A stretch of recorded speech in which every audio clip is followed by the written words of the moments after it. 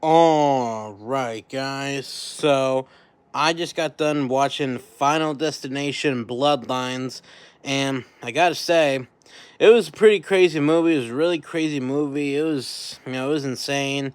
Obviously, a lot of people died. It was very gory and bloody, and it was crazy. It was really good, I thought, but it was really gory.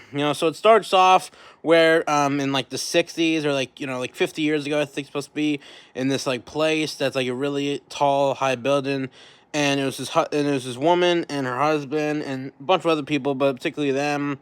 And then he like proposes to her, and then she reveals that she's pregnant, and then after that, basically, the point that this kid throws the penny, and it lands like in the building, and it causes like some malfunction, and the whole building collapses and everyone dies basically.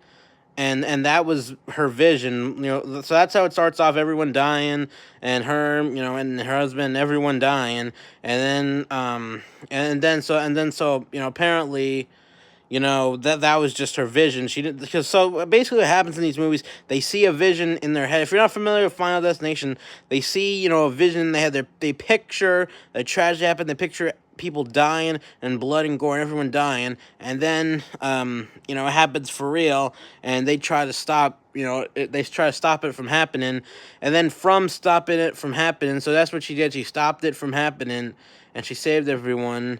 This woman, but then what happens? Everyone, because of that, because they were supposed to die, everyone starts getting killed one by one. Then years later, to the present, her granddaughter keeps having these dreams about that, about the night, about that incident, and then she tracks down her grandmother, and she goes and talks to her, and her grandmother tells her everything, and then her grandmother dies because her grandmother stepped out the door to give her granddaughter some as she was leaving, and then she died. And then from there, from after her grandmother dying, everyone starts dying one by one.